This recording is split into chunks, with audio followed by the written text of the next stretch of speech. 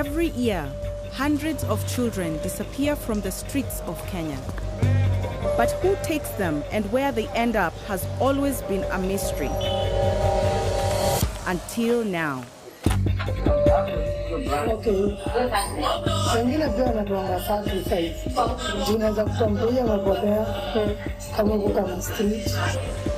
For over a year, Africa Eye has been investigating the underground trade in Kenyan children, going undercover to expose the networks that snatch babies from homeless mothers.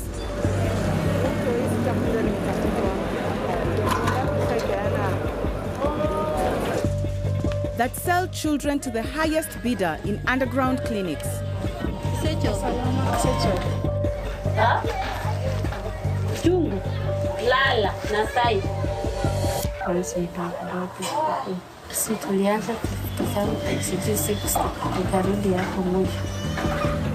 And even in our most prestigious government hospitals.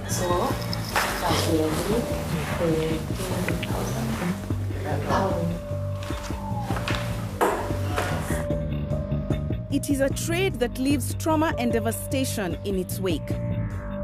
I've not slept since Thursday. Till now, I can't. Mbona nichukule mtoto wale na sijashindwa kulenda gani kwa street. Anirudishie mtoto wangu na ache kutuibia watoto. It is the shame of our nation. This business has to stop. It has to stop.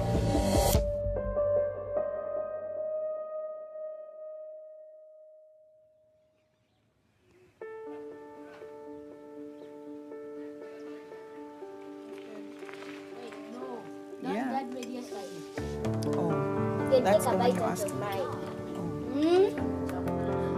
Another one, you mean? They've all had. My name is Njeri Mwangi. This is my family. We have been so blessed to have 3 amazing children. I didn't even hear thank you. Did you? Thank you. Having as that comes. I didn't need that. Like women the world over, being a mother is the most important thing in my life. I would do anything for my children. The story I'm about to tell you is my worst nightmare. For years, an illegal black market in children has been operating in Kenya. A series of abductions targeting children has rocked Nairobi recently, sending chills down the spines of many parents. This underground trade offers desperate women a quick alternative to Kenya's complex adoption laws. It is a business stripped of any human emotions. Babies here are just another trading commodity. They are casually equated to grains. Police investigations revealed that the baby was shortly after being abducted, delivered to a separate woman who allegedly bought the baby for 25,000 bob. It is a trade in human lives that preys on our most vulnerable women, leaving unimaginable trauma in its wake. Police are calling on any person who might have lost a child to report at the Flying Squad offices in Pangani. Most importantly, do not let your child wander the streets unaccompanied.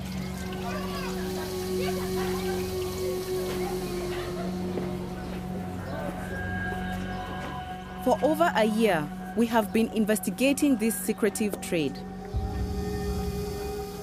The trail has led us from the slums of Nairobi to some of Kenya's most prestigious government hospitals. During our investigation, we've met countless women like Susan. Desperate mothers searching for their missing children, often for years after they were stolen. Susan is not alone. Her neighbor June understands her pain. Her child too was stolen by traffickers and has never been seen since. Susan has tried everything, reaching out to local media, the police, even conducting door-to-door searches, but to no avail. It has been 4 years of agony. Mtoto wako alikuwa wa miaka ngapi? Alikuwa na miaka 3 na miezi 4. Na alipotea lini? 2016. Unajua ni nani alimuiba? Sijui ni nani alimchukua. Hiyo kijana yangu nikienda kwa barabara nipata mtoto anafanana na yeye. Nasikia vibaya. Nikasema tafadhali ingemshika nione tu alikufa nimshike baada ya kupotea na mtu.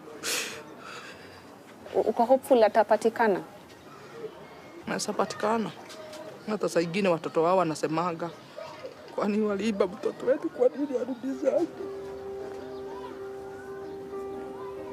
I'm so sorry.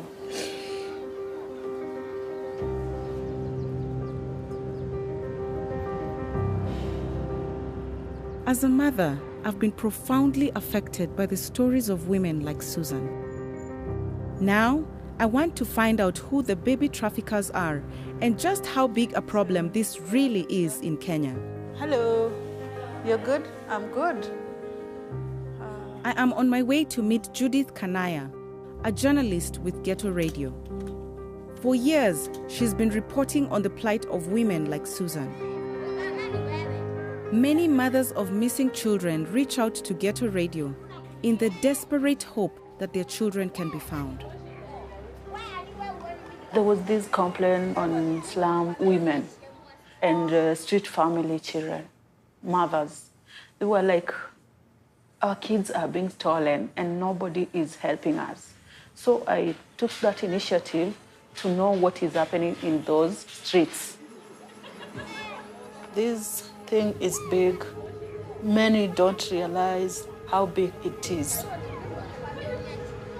According to Judith, there is a thriving black market for babies in the slums of Nairobi, especially Kayole, home to thousands of the city's poorest residents. Most of the clinics in Kayole, they do those business. They sell children. If you go to any clinic, just you say like, I can't give birth, I need a baby, they're willing to sell you a baby. And it's a business that is booming. They're making a lot of money.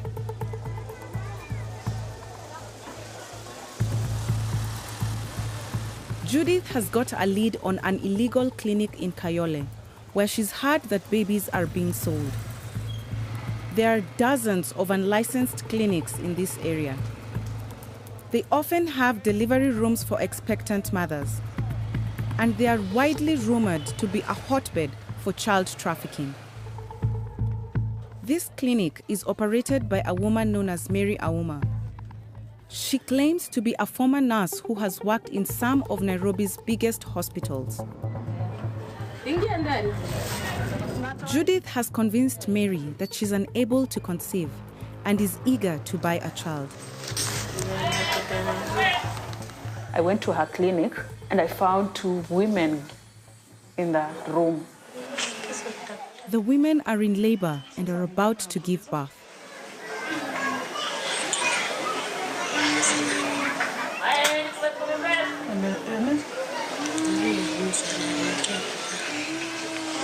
Mary tries to sell one of the babies to Judith, even before they have left the womb. Mary points out one of them, who she says has already agreed to sell her child.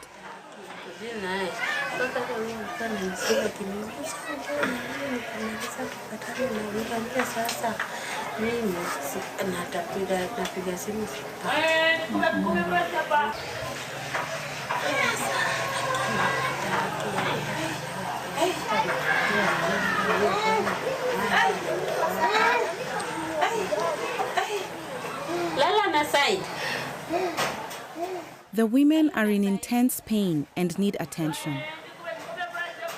Mary's business partner is called in to help.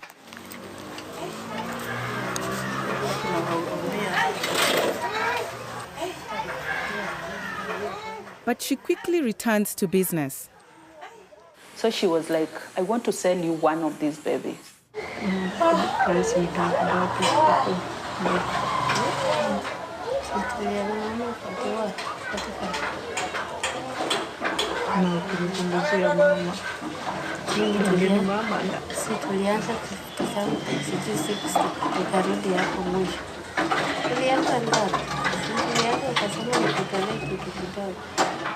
Mary appears to have little concern for the mothers at her clinic.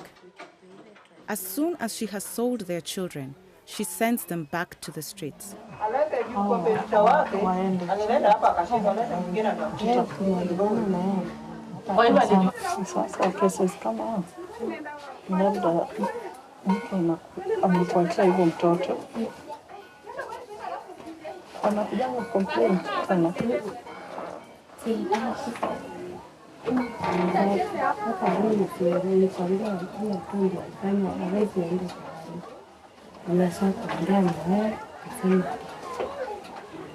Mary doesn't just sell babies. She also provides her clients with illegally obtained birth registration documents. It is a complete package. So what are the procedures, paperwork? And she was so much assuring me, we have our people, they will help you to register your child under your name, under your custody. Mary claims to work with a network of corrupt officials, working in government hospitals and the local authorities. Once a child is sold, Mary's customers are provided with illegally obtained official documents which identify the buyer as the child's mother. The child's true identity is erased forever.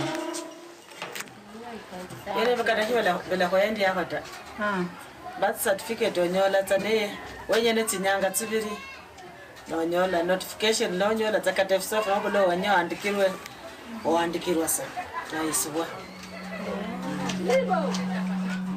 Mary promises to call Judith when the babies are born. I'm shocked to see that children are being sold so openly here in the heart of Nairobi. This evidence alone is enough to send Mary Auma to prison for up to 30 years.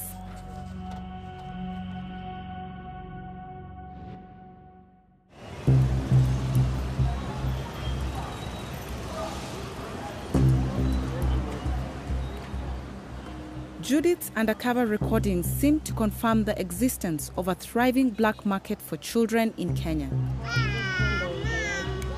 But our investigation was soon to take an even darker turn. An estimated 60,000 children sleep on the streets of Nairobi. They too have become prime targets of the child traffickers. Hizi ni nguo hadi na hizi ni mablanketi. Bora tu iko kubwa kabisa hivi umezoziwa tu hivyo mbao moja hivi. Sasa hizi kinyeshewa itabaki jioni tena tumebai zingine. Juu tuna mali tunaweza weka. I am approached by Rebecca. She has been homeless for years and has raised her children on the streets of Nairobi. She knows the dangers that homeless mothers face more than most.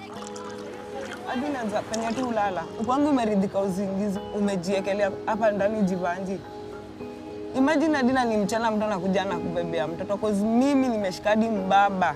Wezi acha mtoto wako hapa peke yake ati ujisaidie mahali kama pale. Utapata ile unajisaidia unajua utashinda kujisaidia kama umeangalia mtu hivi. Kienda kugeuka umemaliza kujisaidia mtoto wako amedisappear. Sasa hiyo ndio life na siku penda kwetu tukae kwa street. Waache kutuibia watoi. Almost a decade ago, Rebecca herself fell victim to the traffickers. Her child was stolen from her as she slept and has never been seen since. Mimi shida yangu ni moja, mimi nilipotezanga mtoto 2011 March, I think date 13 sitajasahau. Saa 8 kugutuka nikapata sina mtoto. Na siwezi kuambia nani alichukuanga mtoi wangu na naitangwa Lawrence Josiah. Nikamtafuta hadi center ingine, nimetembea hadi center sijui huku Kiambu, sijui nikaambiwa sijui Kayole. Sijaipata mtoi wangu. Mtoi sisi ako na miaka 10 ukihesabu. Ako, sijaimuona. Mujipe tu hope. Ataja tu kuja kani wangu. Wale mimi naweza tamani tu kumuona. Niridhike. Laka alikufa nijua alikufa. Jua huwa mtoto ako na mama anasafa. Hata kani na wengine. Ule ndiye alifanya nikajua mimi ni mzazi. Mbona nichukulie mtoto wale na sijashindwa kule hata kani kwa street. Anirudishie mtoi wangu na ache kutuibia watoto. I can't wait.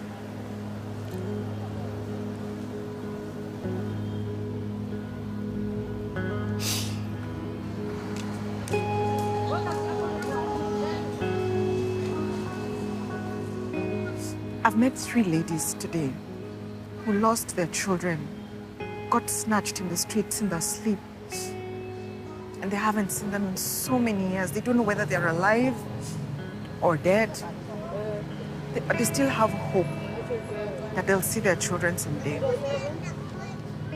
I hope with them that they will find their children someday.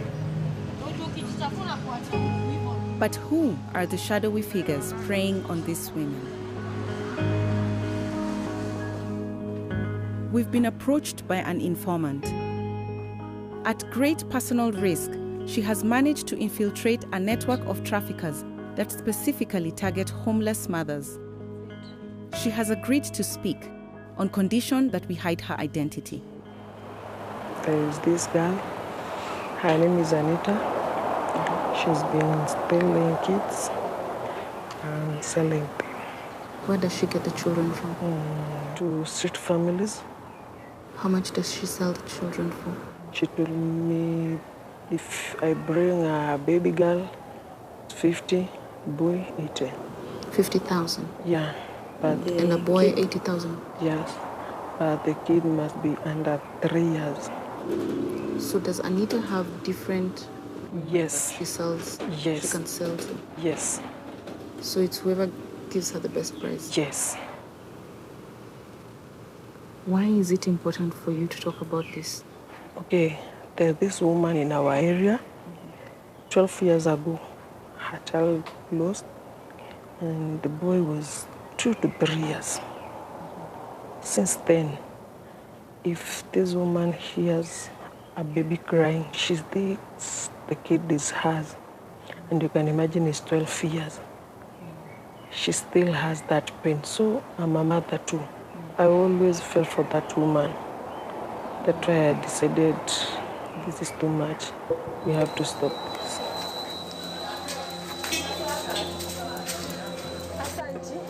Our contact has managed to convince Anita that she wants in on the baby theft business. She agrees to go undercover, but the risks are high. Anita is a heavy drug user and has a history of violence. Alafu, hapa hata kuna maji tunaweza beta kasoda tukunywe. Wapi? Pale. Si tuende tukunywe, tukaya chini tukunywe. Ile ni pub. Anita claims to be working for a local businesswoman who buys stolen babies from petty criminals and sells them on for a huge profit. But where exactly do the children end up? Sasa Anita, unaonaje mother? Unajua mimi kwanza pana swali najiuliza.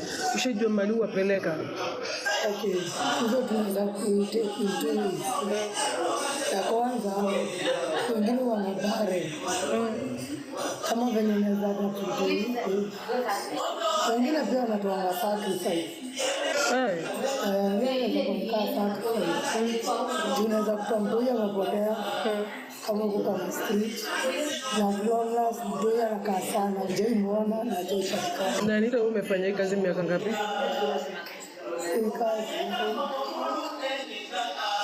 Nimefanya miaka sawa kama 3 Anita is playing a dangerous game.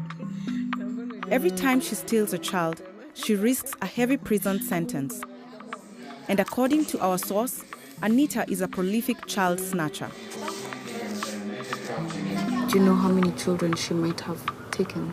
Yeah, she told me she has not more than 10. The one that she can remember. But how many Anitas are out there on our streets? The simple answer is that we just do not know. There are no reliable statistics on child trafficking in Kenya. No government reports, no comprehensive national surveys. We really have no idea how big a problem child trafficking is. It's It's not long before Anita calls our source to another meeting. She tells us her boss has been pressuring her to steal more babies, and Anita appears to have obliged.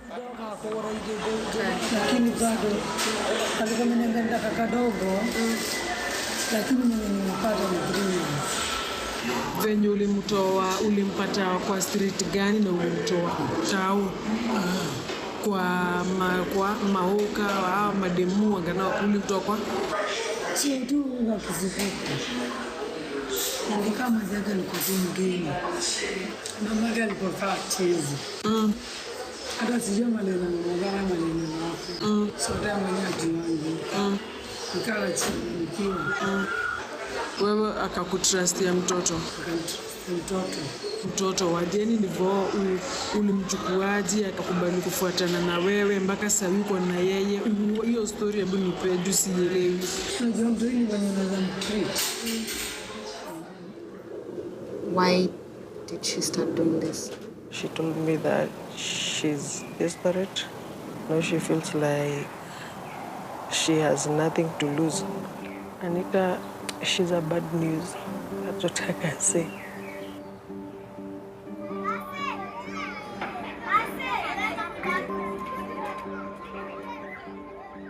This horrific trade in children should not be happening.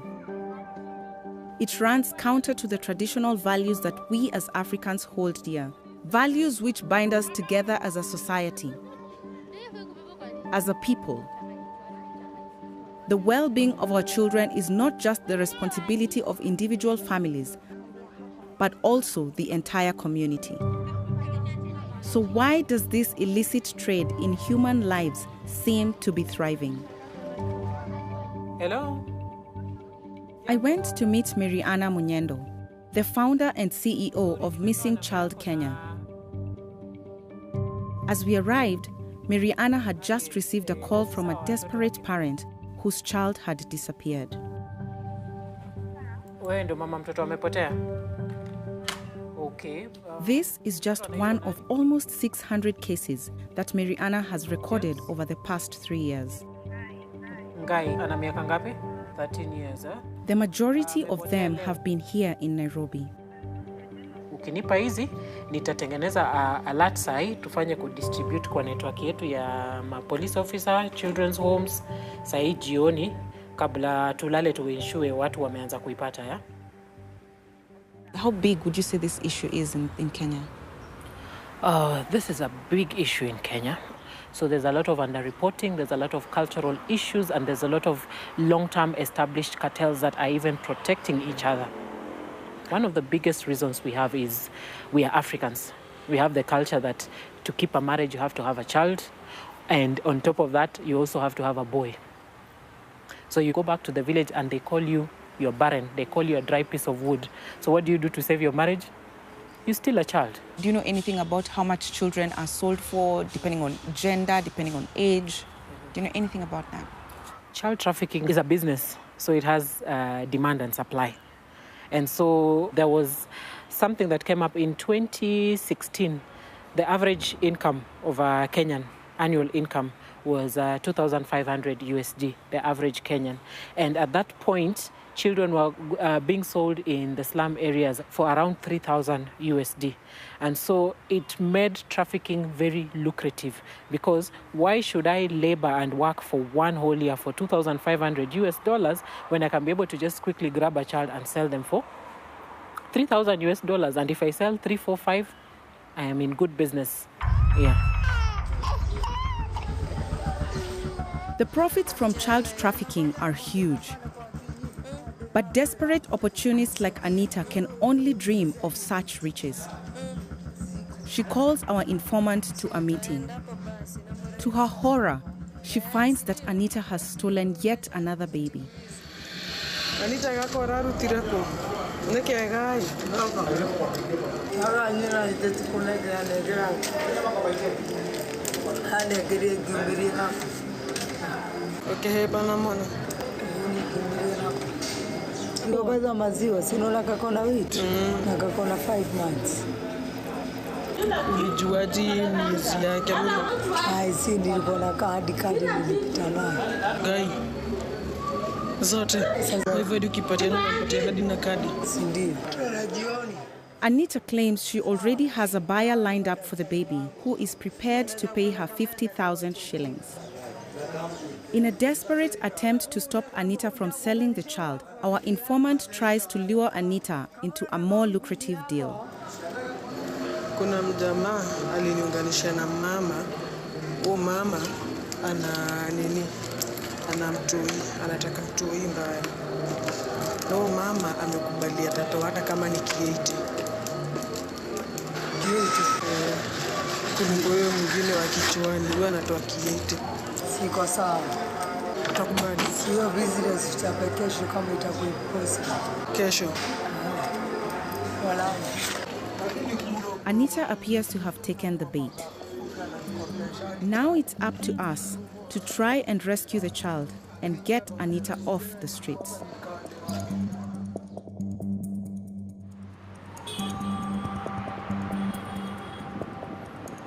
It's the morning of the deal.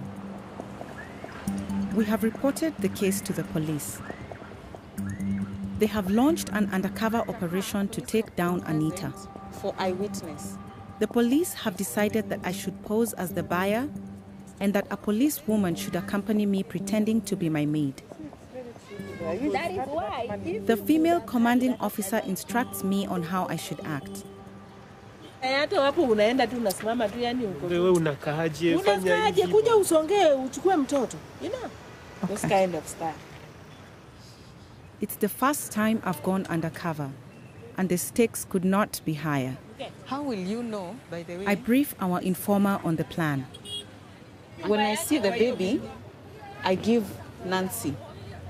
And then I say, niko na pesa, nitawaacha hapa, wacha ni get hiyo ingine. Ndio hii pesa ile niko nayo. And then that's the cue for the arrest to be made.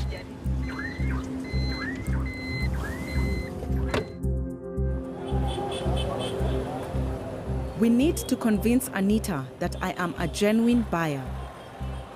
We only have one shot at saving the child. It has to work. The team are in place, so we head to the meeting point. Anita has called us to her base, a notorious back street in downtown Nairobi.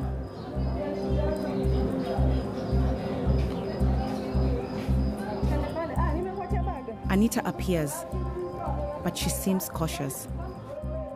She's in disguise, and to my dismay, there is no sign of the baby. Anita? Now I must convince her that I am a real customer with a genuine problem. Yeah. Na sasa unajua once umejua kitu kaa hiyo unafanya kudi. Mimi aliniambia nikuje niongee na wewe. Mimi nataka hiyo. Dukachali nilishika haraka chooni. Katika chali? Chooni nilikuwa nimeshika haraka 50. Sasa Suddenly, our meeting is interrupted by a local police officer who is enforcing COVID restrictions. He has no idea that an active police operation is underway or that Anita is the target of a sting. Tutembee tu na wewe. Tutembee tu pole pole.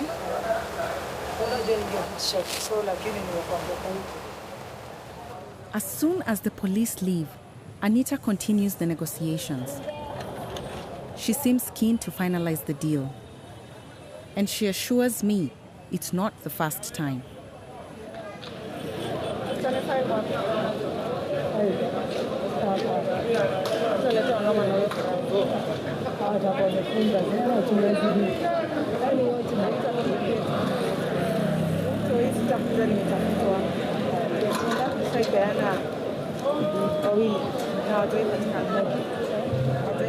Anita agrees to the deal.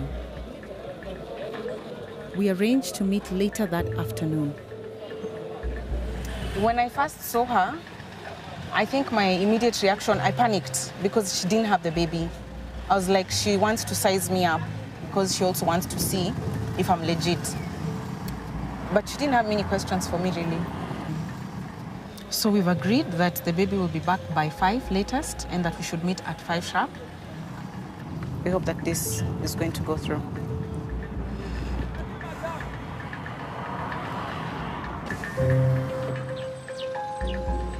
As 5 o'clock approaches, our team regroups. The trap is set. As soon as Anita arrives with the baby, the police will swoop in, arrest her, and release the child. But she never does. 5 o'clock comes and goes, but Anita is nowhere to be found. So it's been a long day. We met at 2 o'clock with Anita. We went over the baby's details and how I was going to get the baby and how much I was going to buy the baby for. But then she was to deliver the baby at 5. So we went there a little before 5 and she did not show up. So we hope that she will get in touch and she will bring the baby next time and we can save this baby and we can stop Anita from destroying other children's lives and other families' lives. But Anita never calls. A few days later, we get word that she sold the baby to a higher bidder. Our attempt to reunite the child with its mother has failed. The police will continue their search for Anita. But tonight, like every night, thousands of children will sleep on the streets of our capital. And those who prey on them are watching, waiting for their moment to pounce.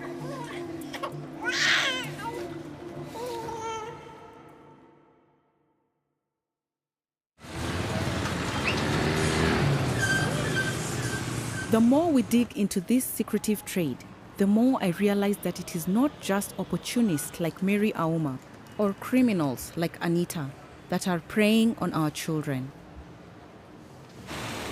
The problem has now reached some of our most trusted public institutions. According to our research, child trafficking rings are operating within the walls of some of Nairobi's biggest hospitals. In 2019, KTN journalist Hussein Mohammed launched an undercover investigation into conditions at Mama Lucy, a busy Nairobi hospital that has been plagued by allegations of malpractice. We got information from mothers who came to us and to our desk telling us that there are issues which are happening, which are not good, happening at Mama Lucy Kibaki Hospital. So we are getting complaints of corruption inside the facility.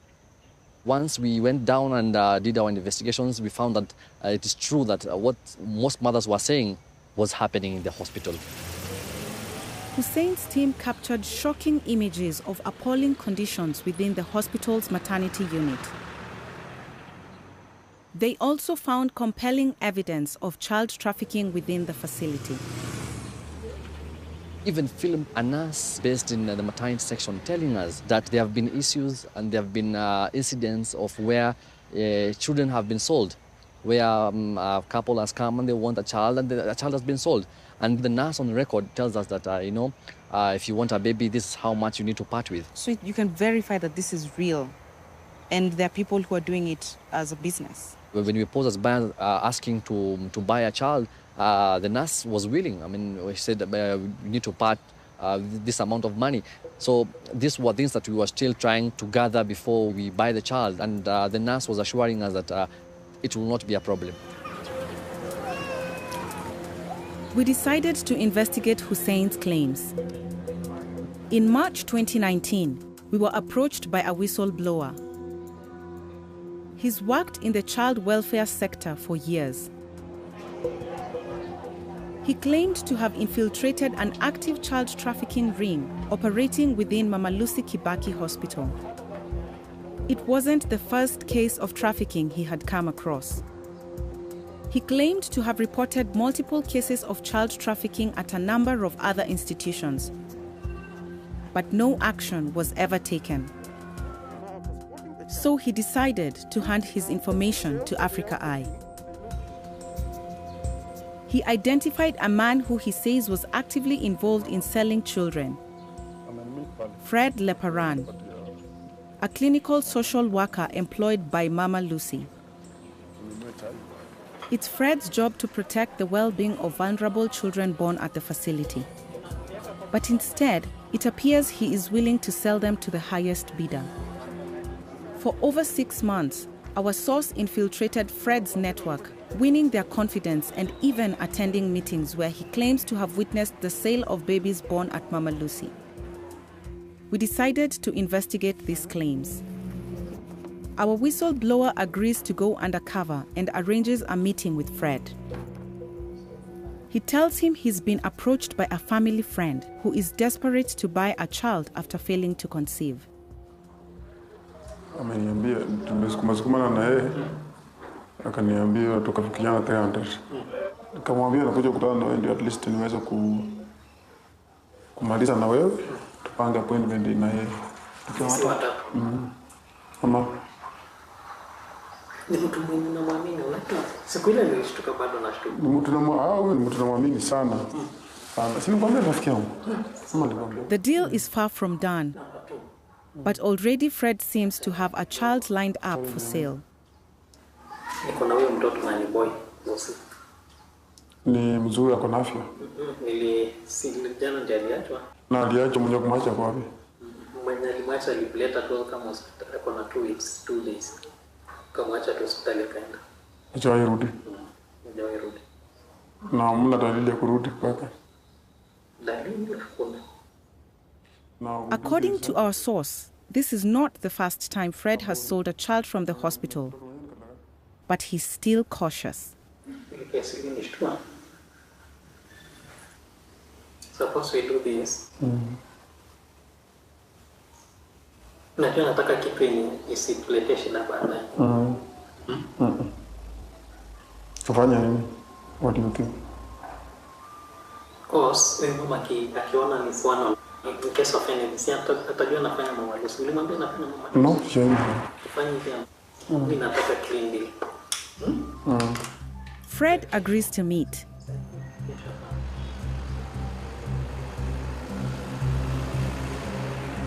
He thinks he's meeting a potential customer. But the person he's meeting is an undercover reporter, pretending to be a woman desperate to buy a baby. We'll call her Rose.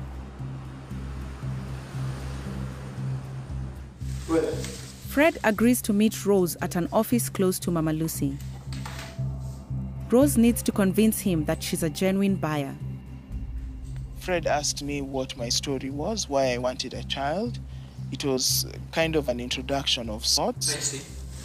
Where is your husband? He is in Dubai. Dubai? Yeah. I had to make sure that he understood the stakes were high for me.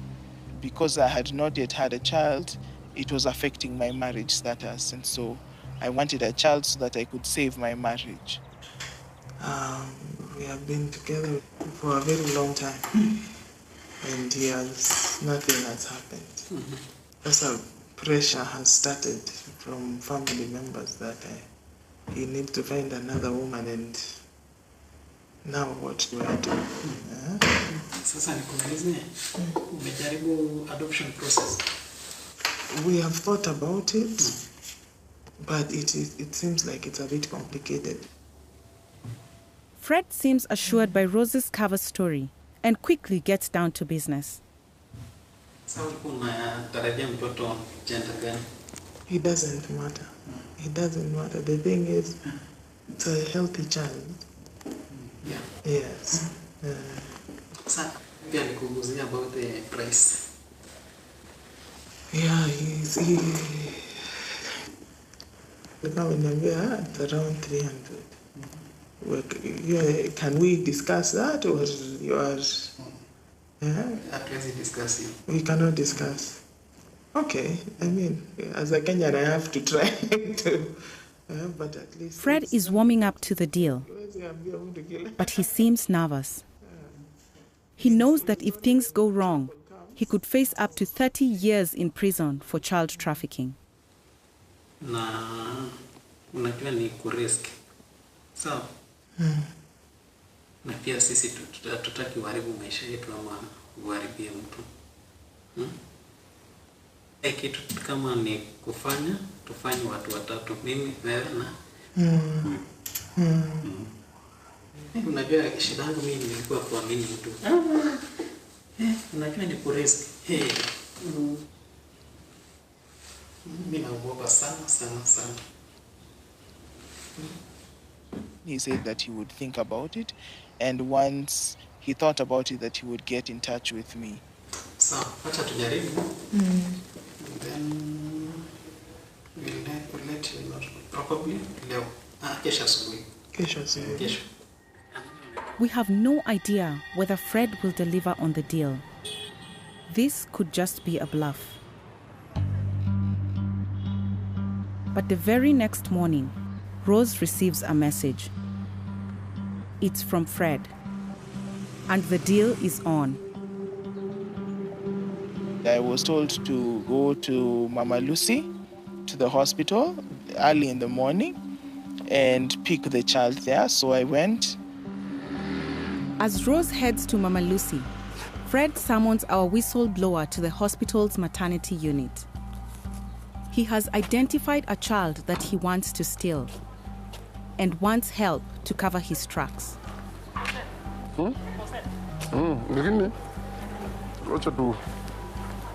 Three babies at the facility have been abandoned by their mothers.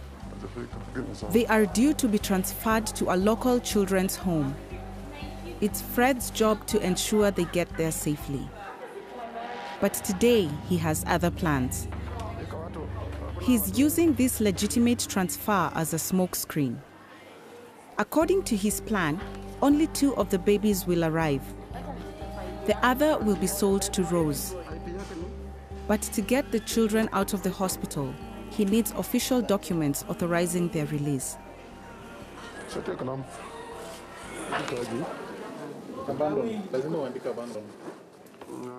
It's a simple scam. Fred knows that once the babies have left Mama Lucy, there is only a slim chance that anyone from the hospital will bother to check that the children have actually arrived at the home. The staff have no idea that a child is being stolen on their watch.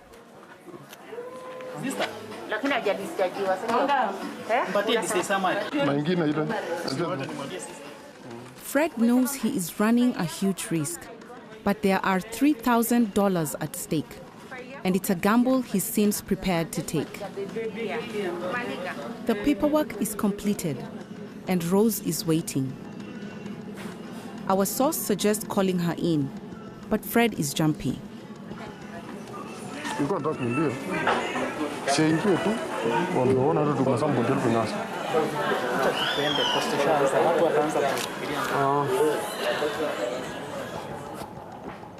Rose waits in a vehicle by the entrance. Fred has convinced the nurses that she is a worker from the children's home who has come to collect the babies. He orders the nurses to deliver them to her. His plan seems to be working. He then points out the child that will be given to Rose, a baby boy.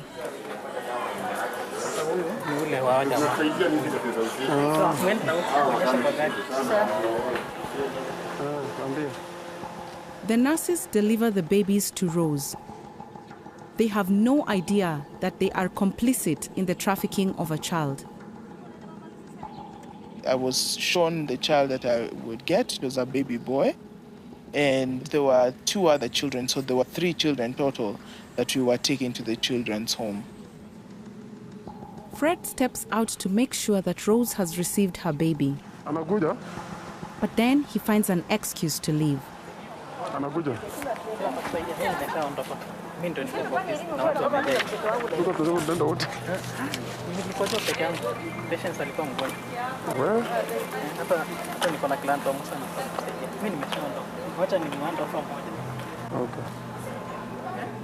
But he assures us that the coast is now clear.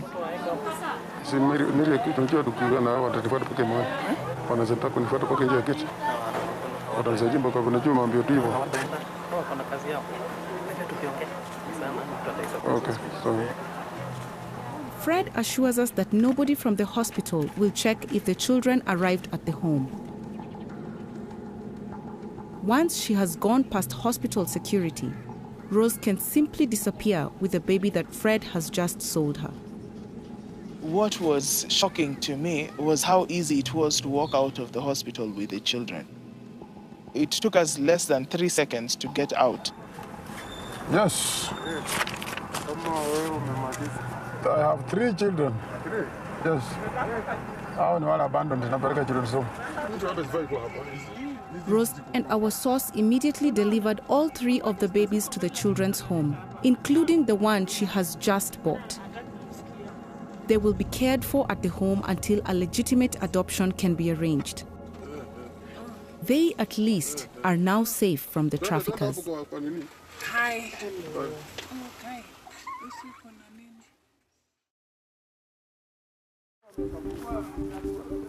Later that afternoon, Fred calls Rose to a meeting. He thinks the operation has been a success. Now he wants his money. Okay. Thank you so much. I am happy. I am happy. I came in with the money. He wanted to make sure that I had the money. So, actually, but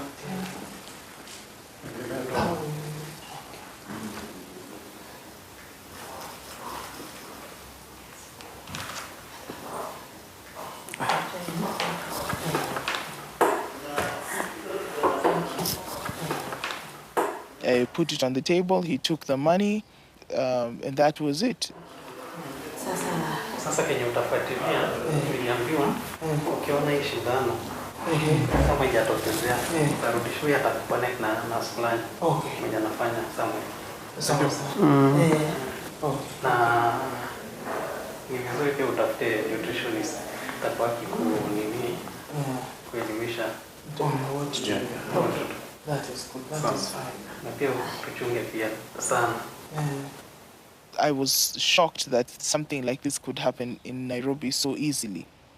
He did not even ask for my ID. There was absolutely nothing to verify that I was who I said I was, and that child was not going to be used for any illicit behavior or whatever it was.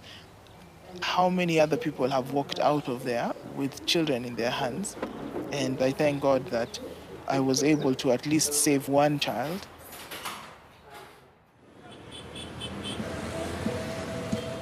It's been several months since Fred sold a baby to our undercover reporter.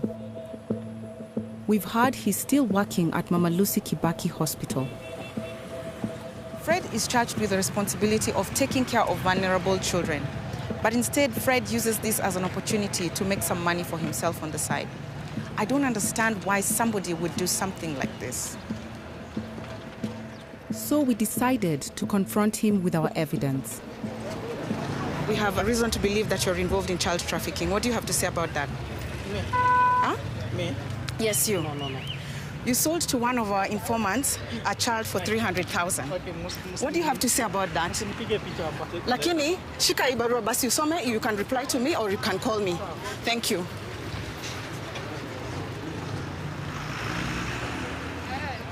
I've gotten Mr. Fred Leparan and I've told him the information we have about him, and he seems to not have anything to say to us. We put our allegations to him in writing, but he never responded. It's over a year since we first heard that Mary Auma was selling babies on the black market. But her clinic still seems to be in business. We sent our allegations to Mary Auma, but she did not respond. The same is true for Anita, who once again appears to have disappeared into the shadows. This investigation was only made possible through the bravery of our undercover reporters, who at great personal risk decided to take a stand. We can only hope that the release of this film will finally bring the crimes of those they have exposed to an end. Every day, another Kenyan mother suffers the trauma of losing a child solely for the profit of others. Their cries have been met with silence for too long. The scenes that I have witnessed in the making of this investigation have shocked me to my core. As a woman, as a mother, as a Kenyan, traffickers are operating in plain sight. Hundreds, perhaps thousands of our children have been sold like cattle, stripped of their identity, of their roots. It's a national tragedy. We as a society have allowed this to happen.